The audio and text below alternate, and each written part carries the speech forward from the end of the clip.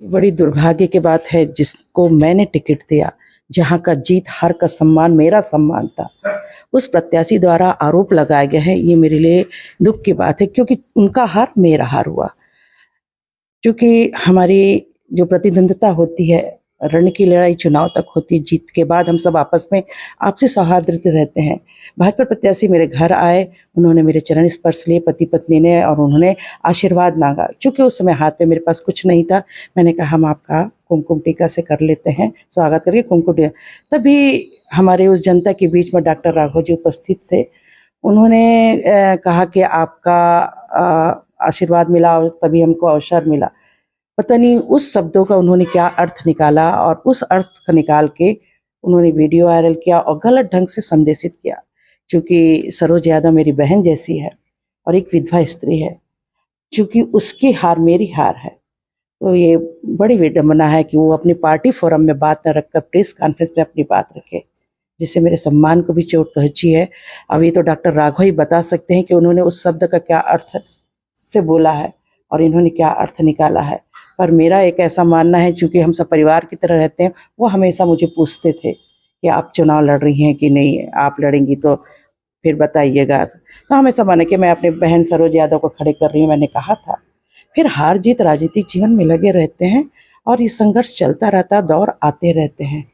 और मैंने उनके लिए बहुत प्रयास किया, लगातार उनके लिए वोट अपील भी की, तो हम निश्चिंत थे कि जीतेंगे वो वार्ड।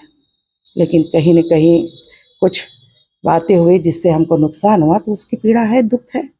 पूरा राजनीतिक रंग जो दिया जा रहा है इस मामले को, उसमें क्या लगता है व्यक्तिगत आपसे? जी जी जी जी, जो राजनीतिकरण किया जा रहा है, ये बड़ा दुर्भाग्यजनक है, क्योंकि हार जीत लगा रहता है और हार जीत का मंथन होना चाहिए कि हम कहाँ कमजोर हुए।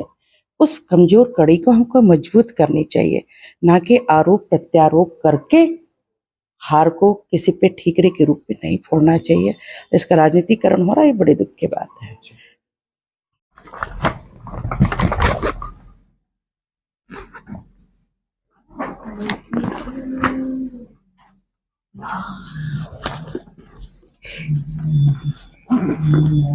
देखिए, ये वीडियो वायरल जो हो रहा है, मैंने भी देखा है। मैं विस्तार में जाना चाहता हूँ। 15 तारीख को पार्षद चुनाव अभी जो हुआ है, उसका परिणाम आए। परिणाम आने के बाद श्रुति लोकेश जैन जी हैं, विजय जुलूस निकालें। वो विजय जुलूस नागवानी मल्टी स्टोर से चालू होकर के पूरी इनकी रोड पे इनकी चलते रहें। रोड पे चलते चलते सभी से अभिवादन, आभार व्यक्त करते हुए महापौर जी, पूर्व महापौर हेमा देशमुख जी के घर इनके आए। उनसे भी उनके जब दरवाजे में इनकी गए तो आए, और जैसे एक संस्कृति होती है, उन्होंने भी अपना स्वागत किया अपने ढंग से।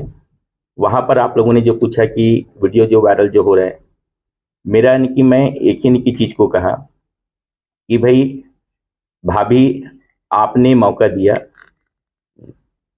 उसके कारण ये विजय प्राप्त हुआ। मौका देने का मतलब ये हुआ कि विगत 10 वर्षों से हेमा भाभी पार्षद थी, वर्तमान में महापौर भी थी। उसके पहले विगत 10 वर्षों से सुदेश देशमुख जी थे, वो भी इनकी महापौर के पद से थे। उनकी छवि इतनी अच्छी है कि कोई भी जो चुनाव लड़े उनके अगेंस्ट में, वो जीत नहीं पाए। तो मेरा कहने का मतलब ये था, यदि हेमा सुदेश देशमुख के परिवार से या उनके घर से कोई भी चुनाव अगर लड़ते तो ये जीत दूसरे को हासिल नहीं होता, क्योंकि उनकी छवि उतनी अच्छी बनी हुई है, उनकी व्यवहार है, उनकी कुशलता है। एक दूसरे के साथ लेकर के चलने वालों में से हैं। उसी के कारण ये भाव को मेरे को बोलना पड़ा, और मेरे बोलने का मतलब सिर्फ यही था कि वो चुनाव अगर चुनाव जीतते, ये वो चुनाव लड़ते, दूसरे को मौका नहीं मिलता, क्योंकि व्यवहार कुशल हैं और उतने दिनों तक राजनीतिक छवि बना के रखे हुए हैं जो छोटे से लेकर के बड़ों तक को अपने साथ में लेकर के चलते हैं।